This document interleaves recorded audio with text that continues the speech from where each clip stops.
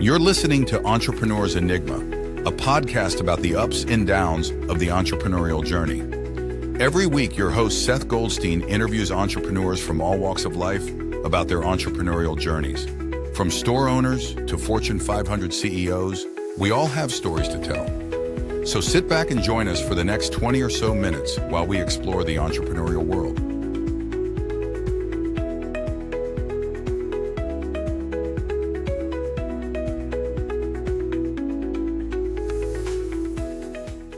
Hey everyone, welcome to another edition of the Entrepreneur's Enigma podcast. I'm, as always, Seth with Podcast Mastery and Goldstein Media. Today I have Allie Raymer, who is a senior travel advisor and team leader for Picture This Travel, who rebuilt her business from the ground up after COVID, wiped it all out. Right? Poof. and you know, she's all while navigating motherhood. So why not throw something else in that wrench into the thing? So after briefly returning to teaching, she reinvented her business through personal branding, content systems, and eventually scaled to a multi-million-dollar book of business. Today, she leads a high-performing team and speaks candidly about entrepreneurship, reinvention, and what it really takes to rebuild when the plan falls apart, because it does. Nothing goes according to plan, ever. Definitely not. So how you doing, Allie? How you doing? Oh, so good. Thank you so much for that intro. I appreciate it. I'm excited to chat. This is, really just my story, and I hope that it speaks to somebody because, yeah, you're right. It never goes according to plan. No, it doesn't. Like, you just said your kid's home from school, and you're like, I have stuff to do. Grandparents! Right. It happens. It happens. So how did this all get started? You said you were a teacher, and then you a travel advisor, all that stuff. So give me the lowdown. Yeah, for sure. So I was a high school English teacher. I had an opportunity to be in charge of the travel club, which is actually super fun. They, thought, oh, this is a young, energetic teacher with no kids. Let's give her a club that, takes kids around the world. And it was really fun. It was so much fun. I worked at a low-income school, so we did a lot of fundraising. So much fundraising. Yeah. But I ended up selling a lot of travel to these kids and their families. And we ended up traveling, we did like World War II Europe trips through, we did like a 2-week tour, starting in London and ending in Switzerland. It was amazing. Wow. And so I did several of those trips with those kids. That's a hell of a club. It was an amazing club. It was like to have that opportunity at our school was unreal. And I learned a lot. I traveled a ton. Yeah. I was a chaperone for 17-year-olds in Europe, Ooh, that could be difficult because that's drinking age in Europe. Yeah. We kind of worked our way around that with you're like permission slips. Like, can your kid have a beer? Yes or no? Exactly. That's kind of how we did it, And we were at the Hofbrauhaus, like having a beer together, and it was like a cultural experience. I feel like it was educational. I mean, the thing is like over there, it's like beer. Who cares? Yeah, exactly. Here we're a bunch of Puritans, and we're like, oh, you can have beer till you're 21, which is an arbitrary number. So. Right. Yeah, we had some good lessons. So that's kind of where I was, and my husband's aunt owned her own travel agency, boutique agency, and she was seeing what I was doing with high school students that had no money. And she was like, Allie, you can like do this as a business and you can sell travel to people with money. And I was like, oh, never thought about that before. And in the summers I would just, I was off from teaching and she's like, come over to my house, like just see what I do. And I did. And I loved it. And I picked up on it really quick. And I mentored under her and kind of tried to learn sales and marketing, which I didn't really know at all. And then COVID, dumb.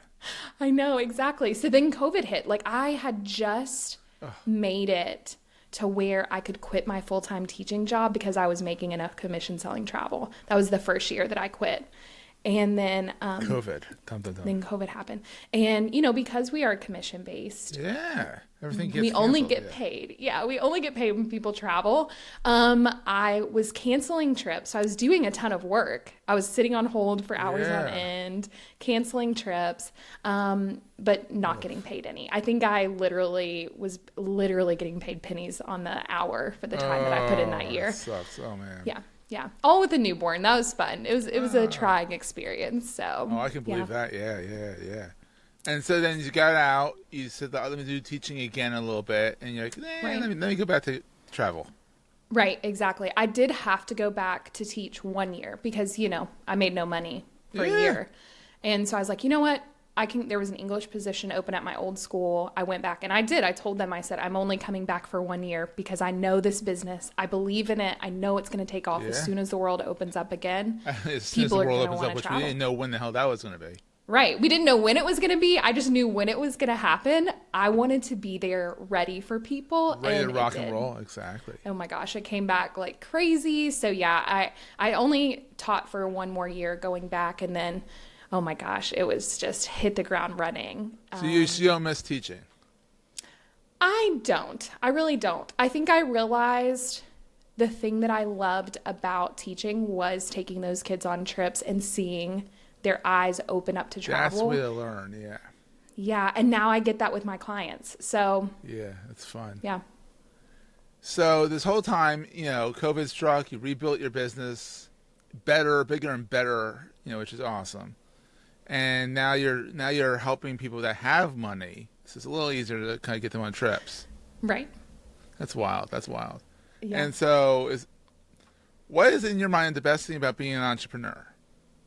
Because when you think about the travel industry, you might be affiliated with a agency, but Absolutely. you're all commission. Yeah. So Yeah, you're exactly. your own boss, pretty much. You don't do your job, you don't get paid. It's that simple. Yeah, exactly. Yeah, we're pretty much, I would say most travel advisors are independent contractors unless they work for a brick and mortar. They may have a paycheck that comes in if they work at a brick and mortar, but I would say most of us are independent contractors. We all run our own businesses. Wow. And for me, I loved that because coming from a teaching and education background, let's just be honest, like if I wanted to, I could have phoned it in and gotten the same exact paycheck, but I was always going to get that paycheck. But I don't know. I'm such a competitive person and I love to hustle and grind. And I think that's what I love about it. I love the hustle of entrepreneurship. I love that what you put in doesn't always equate you don't what always comes get the same amount out, but you know the idea is what you put in there, you get out. You know the idea. Right. That's the idea. Right. That's the idea behind it. And I think just betting on yourself is really what I love about it. And I've seen it. I think when you see it the way that I have, as far as I saw it be successful enough to go out on my own and do it and bet on myself, crash, burn to the ground, and then rebuild. I think that's really where entrepreneurs thrive, is when they know, oh my gosh, like this may fail. Am I going to need to go get a job again? You know? Right. Yeah. So I think we kind of we thrive off of that a little bit. We're insane. We are. It's a special type of insanity goes into being entrepreneurship. And for sure. So on the flip side, obviously what kept you up at night was all that canceling business. But what keeps you up at night now besides your 2-year-old who's sick? I would say, like, what kind of keeps me up at night, like with the business. Yeah. Or do you sleep like a baby? No, I definitely don't. I think it's always leveling up. Like, how can I move to the next level and not just work in my business, but on my business? Yes. Because I think often you become your own choke point in entrepreneurship. You do. Yeah. And it's like, okay, how do I not? It's constantly trying to solve the puzzle that's coming, you know, and it might not be what's happening right at this moment, but you see it coming. Like, you know, it's going to hit 6 months down the road. You're going to need a solution to this problem. And yeah, I think it's constantly staying on top of that. That really is what keeps me up at night, for sure. And also making sure people get to their destinations on time. Yeah, for sure. I mean, I definitely have my phone on all the time, so I'm on call. Reality, I miss my connection. You're like, hold on. Give me a second. I have had those 3 a.m. calls. They do happen. Yeah. But you're able to fix things most of the time. You're like, you know, and that's the reason why you have a travel advisor versus doing it yourself, is that you have someone at home base saying, all right, we're here. We needed to be there. But A to B is not working right now. Help. Oh, absolutely. I can't tell you how many times this happens a lot in Greece. The winds are too high for the ferries to run. And I get a panicked phone call. Hey, our ferry is not running. It just canceled. And I'm like, no worries. I'll get you a flight. You're good. Or the opposite. The winds are too high. Yeah, but flights because get canceled. Greece is all islands. That's why. It's all islands. Yeah, exactly. So I get those phone calls, or a train cancels in Italy. Oh, of course. New? Yeah. Of course. They're always on strike for something. Yeah, exactly. So I definitely get those phone calls, but that's honestly why I'm here. Like, I love taking care of people. I love taking care of my clients. Yeah, it's so fun. It's like a game of risk almost, like, strategic. Yeah, like, and we try to minimize those issues as much as we can. But of course, Mother Nature. So here's the question: do you get paid by the outlets, right? You don't get paid right. Someone comes to you, you're free to them. Mm-hmm. You're getting paid by suggesting and saying you should go try this out. Now, some travel people get the free trips. Have you gotten free trips? I think that's kind of a misnomer, honestly, in the industry. Because I don't think it's ever free. I think it's discounted. No, it's discounted. Funny enough that you're asking this, because we call them familiarization trips, and the short word for that is FAM. And I just got an invite yesterday to a free FAM, which literally never happens. Free one. Yeah. And they were literally going to pay for my air and everything. And I was like, I feel like I should apply for this. This literally never happens. Where was it? Well, it was in conjunction with Visit Britain. And so, they're wanting people to travel outside of London. So it's like Manchester and Liverpool. And there's a lot outside. It's a small island, but there's a lot of stuff to do. So are you going to do it? You gonna do it? Well, I applied. We'll see. We'll see if I get accepted. Say, honey, you're on the kids. I'm gonna go. Exactly. I'm sure you can figure out a way to bring them too. But Yeah. But for a lot of us, it's one of those things of we are so passionate about travel. We're all willing to invest in it, and I mean, it is what it is. My first summer not teaching after COVID, my husband and I spent a month in Italy, and it was that was the best investment ever. Italy, it cost me money, but it's experiences. So do your kids have passports and all? Oh, absolutely. Yeah, when if you said no, I'll be like, why not? Yeah. No, they honestly, they're the best. My 2-year-old can boss people through TSA security. So, yeah. Sassy. Yeah, they're great travelers. As boss people through TSA, and I'm sure the TSA agent's cracking up laughing, what's this with this 2-year-old? Yeah. One of them said, we're hiring, and I'm like, go right ahead. Please, come on, move it, person, move it. Right. Take your shoes off and move it. Yes. You still have to take shoes off? Good. Well, we have TSA pre, so I don't know. We've never had to take our shoes off, but I don't know about that. I think the shoes are done now. I hope shoes are done. I hope we're over that at this point. Yeah, nobody needs to be walking barefoot through an airport. Well, you don't wear. Well, if you plan, you wear socks. Well, what if you're going to a warm destination and you want to wear your sandals? Well, you don't through the TSA. Ew. I guess. We're going to take a quick break, hear from our sponsors, and get right back to the show. All right, so here's the question of the podcast, the big question. What is the most important thing to carry with you all the time, besides your passport? I'd say definitely your passport. Yeah. Gosh. And your itinerary, none of this easy stuff. None of this easy shit. You can't do that. I would say that's so good. I mean, I want to say your phone. Wait, can I say your phone, but be really specific about it? Go for it. Okay. I would say your phone that has your travel advisor's customized app that I made for you.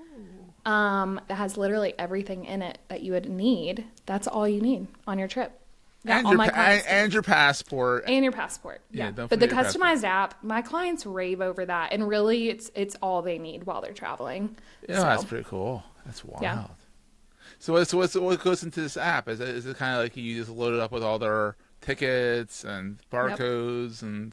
Literally everything. Phone numbers of their guides, meeting points, if we made them dinner reservations, how far the walk is from their hotel to dinner. Oh, you have fun with this. Yeah. Yeah. It can get really fun. And we put, when we're trying to sell, we use it on the front end too as like a sales tool. So we can put photos and videos, get people excited about their trip, little tips and tricks.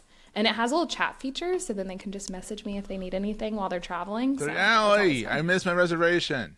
Right. It does. We took the wrong turn on this street because we missed it. Because especially if you're if you're in Poland, there's no vowels. Oh yeah. So it's like, how do I read this? You go and you're like A, B, C, right. C. Okay, that's the street we have to go to. Yeah. Right. Yeah, I have had clients do that before. I had this sweet couple call me, totally lost trying to find the rental car place. I ended up calling the rental car office, and he was talking to me, and he was like, "Oh, I see them. I'm going to run out and get them." Yeah, I'm sure they're used to silly Americans. They're used to us. They're used to us crazy people. For All sure. right, so people can find you online. Pretty much Allie's picture of this travel everywhere. Yes, that's correct. And Instagram, that's my website too. Yeah, and the notes will be in the show notes. Awesome. It'll be in the show notes. That's the word. So awesome. Well, Allie, thank you so much for being on. Yeah, thank you for having me so much. This is so much fun. And everyone go travel, but call Allie first. Yes, absolutely. And we'll see everyone next week. That was a great show. If you're enjoying Entrepreneur's Enigma, please consider giving us a review in the podcast directory of your choice. Every review helps us reach new listeners. If you like Entrepreneur's Enigma, consider the other shows on the Marketing Podcast Network at marketingpodcast.net.